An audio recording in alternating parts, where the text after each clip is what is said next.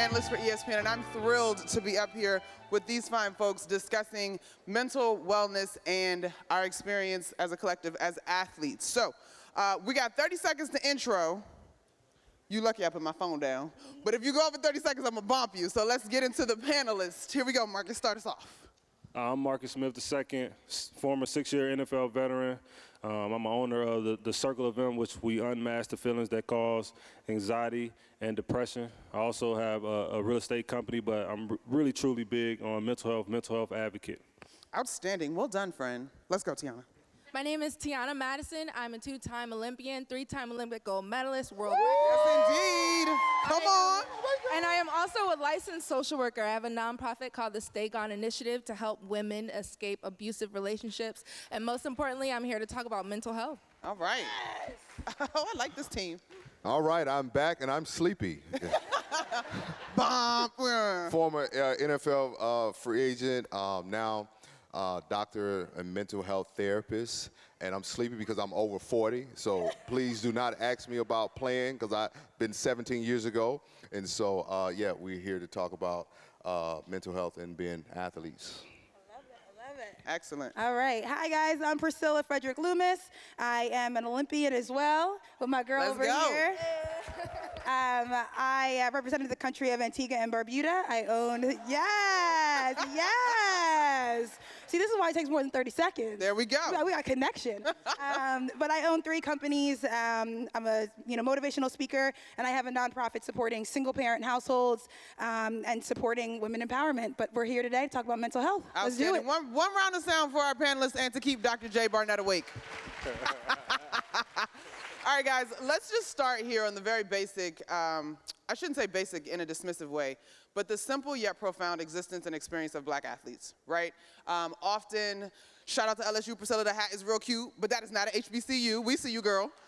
And so the experience is to be celebrated for what you do and sometimes less about who you are in spaces that are not necessarily created for us. So Marcus, I want to jump off with you.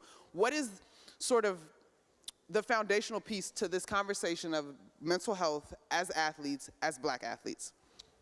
Well, I think first, when I got drafted, I was first round draft pick, 26 overall. And I felt like after I got drafted, my family started to look at me as if I wasn't a person or the person that they knew me to grow up to be, right? And so in those moments, I realized that I had to start taking my mental health seriously. And in year 6 of me playing in the National Football League, I had a run-in with suicide. And so at that point in time, I had to take it seriously. Even when I walked back in the locker room and I was talking to other players, right, they was commending me for walking away from the game because they had told me that they were going through the same thing. And I know it's probably people out there possibly going through something similar, right? But football, just with me in general, I had to learn how to take the helmet off. I had to learn how to unmask the feelings that were causing anxiety and depression. And that's kind of the state that we are in right now, especially as athletes. We're trying to figure out how to be humans again. And so that's why I think the state is where we are now. You know, that's a great point. And Tiana, I'm going to throw this to you. Take this wherever you feel fit. But what I heard that Marcus said that I resonated with was how closely our identities are tied to our ability to be successful. And you are a social worker doing incredible, meaningful work. Purple this month, the color of domestic violence. Just how have you been able to navigate who you are, what you do, and the communities that you serve in a way that has been healthy mentally? So it's my belief that you bring your whole self to whatever it is that you're doing. But when I signed my full scholarship to University of Tennessee, go Vols. It suddenly became about what can you do for us? What's the next best performance? Oh, you just won SECs? Okay, it's time to shift gear to outdoor. So it was never, you weren't recognized for your efforts, but it's like a what have you done for me lately environment. And so I decided when I became, after 20 years of being a pro, I went pro at 19 because I won a world championship title. I was thrown into this world that I wasn't prepared for. And what's really important is that when we're in these spaces, there needs to be cultural competency from the coaching and all of the staff, because you do bring your whole self to your sport, whether it's recognized by those people in power or not. And I was bringing, there's a phenomenon called weathering. You're probably familiar with it, doctor, in climate control, but when it comes to your life experiences, you're worn down by systemic oppression and all this stuff, and then you get to a coach who doesn't care about none of that. They just want you to win. Results, right? right. And so as a person, you have to take ownership of your value, and like you said, know that you need to take your helmet off and protect that part of you. Absolutely, well said, well said. All right, segues right to the doctor, because now I'm sitting with two of my colleagues that were athletes, and now I'm talking to a parent, a coach, an aunt, an uncle, a mentor, in terms of exactly what Tiana just mentioned. What do leaders and those who are caretakers of these athletes and their futures need to be mindful of, and how can they best support young athletes? What's important is to understand that coaches are looking to develop talent. They don't develop people. And I think oftentimes that we look at coaches to kind of take the place of parenting, and parenting are also projecting their own, I wouldn't say failures, but they're projecting their own idea of who they want their child to be. And in that, they're living vicariously through the child, not considering the child's mental health, because I just want my child to be the best. But you said it, you couldn't have said it any better. Part of being the best at whatever you're doing outside of sports is how do you show up as a whole person. And so when we're looking at mental health, we have to think about the holistic element of the individual. And I think for parents is understand that your child is not a machine, that their child gets tired. And I think parents have a difficult time removing their own desires from what they want for their child, because maybe they didn't get it. As I like to say you see a lot of these old dads kind of have the Al Bundy syndrome. They're living in their heyday or in their glory days, and they project that onto the children. So when the child says, I can't go, now the parent is feeling some type of way, and they're questioning the child's efforts. And that becomes a mental health issue for the child, because I now feel like I can't tell my parent or coach that I'm not feeling well. And we all know you don't want to hear when coach say, are you injured or are you hurt? Ooh, that line, child. We heard that plenty of times. Because the fear of saying that you're injured means that there's further examination that has to take place, and you may have to sit out. And so I think parents should start early on helping their child have a voice, that if something takes place, like when the George Floyd or other social events that were happening, there were a lot of guys that didn't want to practice. Yeah. Because for us, seeing this happen, I'm now affected by this indirect trauma, which is secondary trauma, and I don't want to put a helmet on. I don't want to pick up a ball. I just want to sit in my room and process. And so it's very important for cultural competency and cultural sensitivity to the issues that we experience as black What athletes. an incredibly comprehensive answer, Dr. J. Priscilla, can I tap into the motivational speaker / actress performer part? Yes, Queen, let's do this. Okay, so Priscilla, this part is not acting. Accomplished athlete that you are, yes? Dr. J is somewhere in your peer view. You've heard him talk about the opportunity to process. You now need to have a conversation with your coach or a leader because of how you're feeling in your pursuit of an excellent track and field career. But there's a little bit of an issue, a hurdle that we're trying to clear that is not necessarily about performance. How does that conversation go from your lens?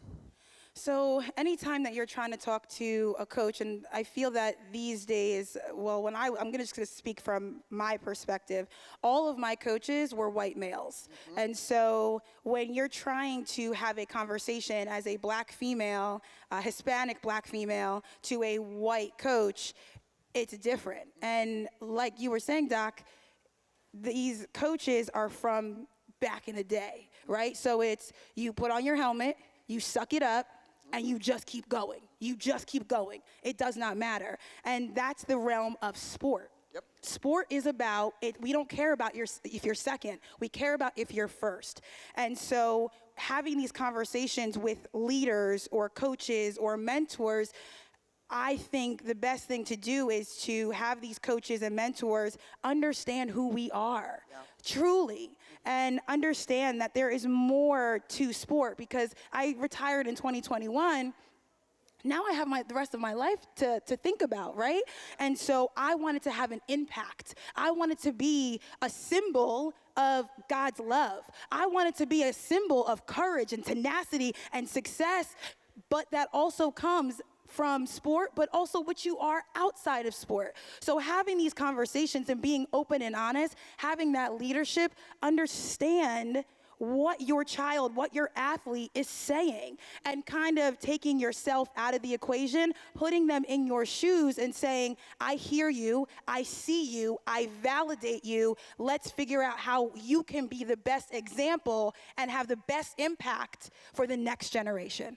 I'm coming to your talks. I apologize to my panelists because I'm probably not going to stay on script at all at this point because y'all are excellent and can handle it. But I do want to ask us this question because I know this is something that I grapple with as a former athlete and as a member of the media currently. Where is the line? Because there are profound things that I think we all would credit our sport experience to helping us develop as people in terms of character. But where is the line? And that may not be a universal one-size-fits-all answer, but where is the line of, this is not something that I need to push through for the sake of building my character. This is something that I need to give my attention and seek help outside of my teammates, my coaches, and the people that I see on a routine. Marcus? I think the line is, well, first, in the athlete world, there needs to be awareness, right?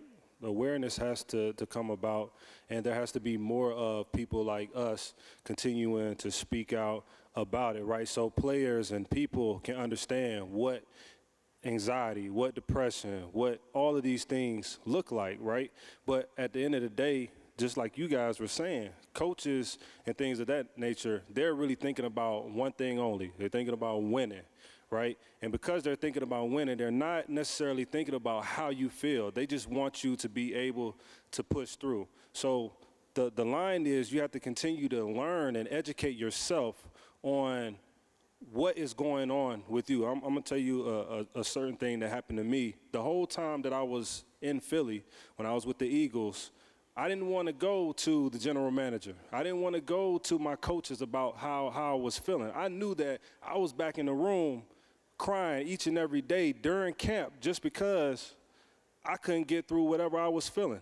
I know that I was depressed. I knew that's something I was going through, but I didn't want to go to them because the general manager, the people of power, you don't want them to necessarily know that you have an issue. We feel like they'll hold it against us, right? So in those moments, we have to continue to really talk to ourselves and really educate ourselves on what's going on so we can combat some of the mental health issues that we're going through and go seek somebody like Jay. Go seek a therapist and people that we know that can actually help us. Marcus, real quick, where were your teammates as you were experiencing this? Or were you hiding this from everybody? No, nobody. In the locker room, we laugh, we joke, we play around, but we not sitting up there saying, hey, man. You ain't going deep. Yeah.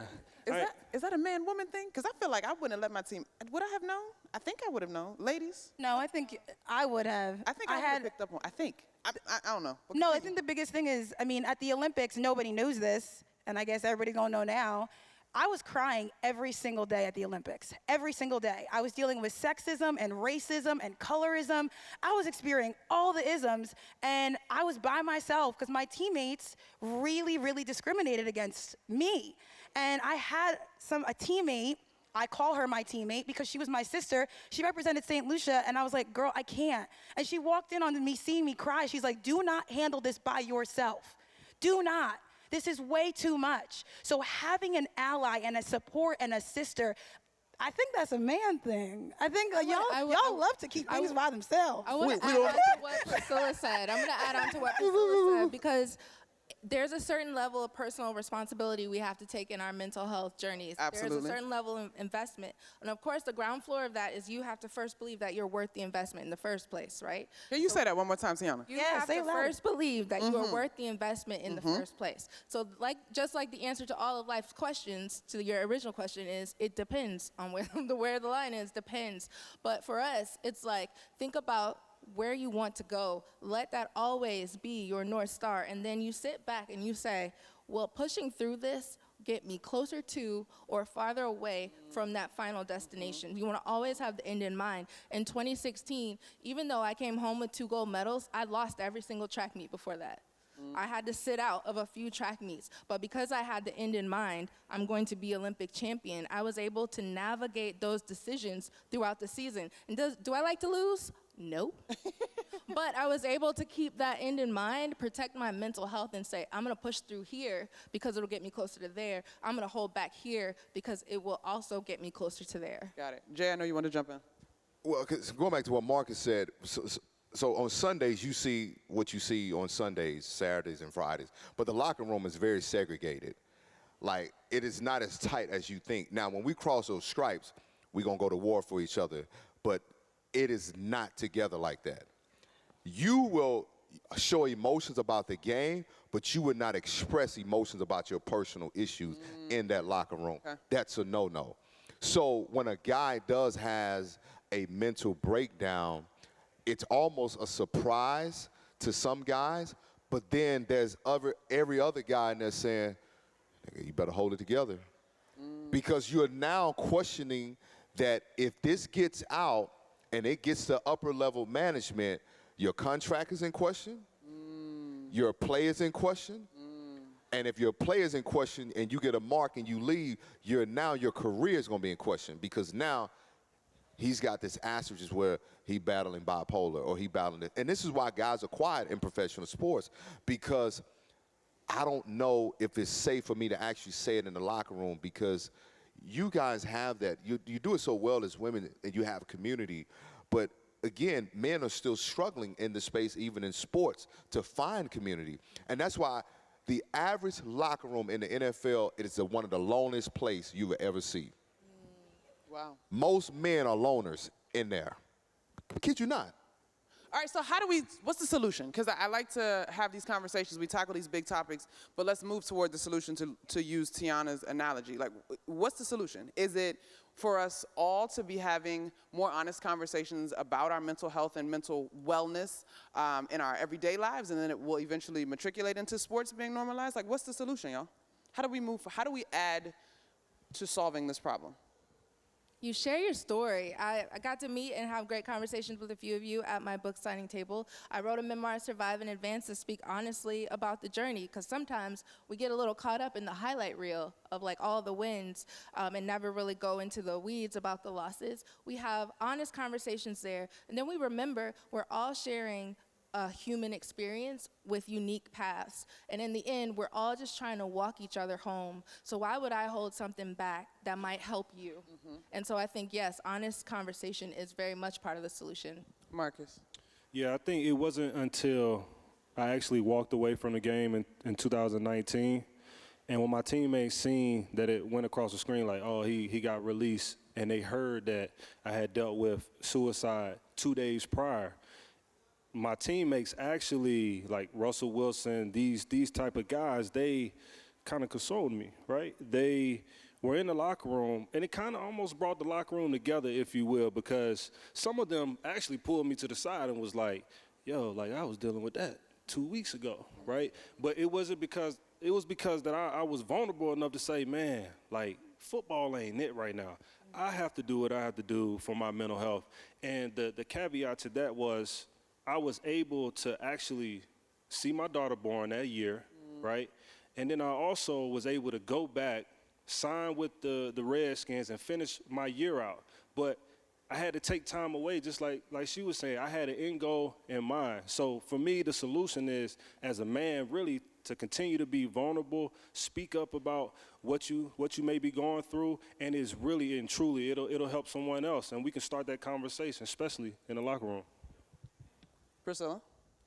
This is probably going to be the final thing that I say, and so I always try and leave a positive impact to anybody that I'm around. I think when it deals with mental health, especially being, a mixed race, former professional athlete, it's be the example and choose you. Always choose you first.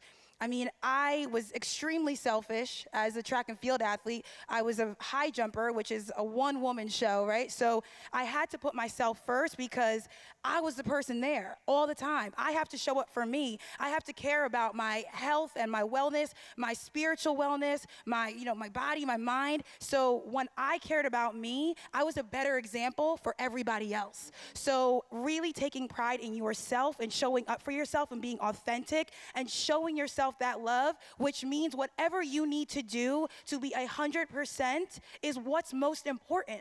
We need you. We need your purpose. We need your voice. We need you exactly as you are, but we need you healthy. So please be a little bit selfish for you and make sure that you are an example of positivity and love and resilience, because that's what you are made for.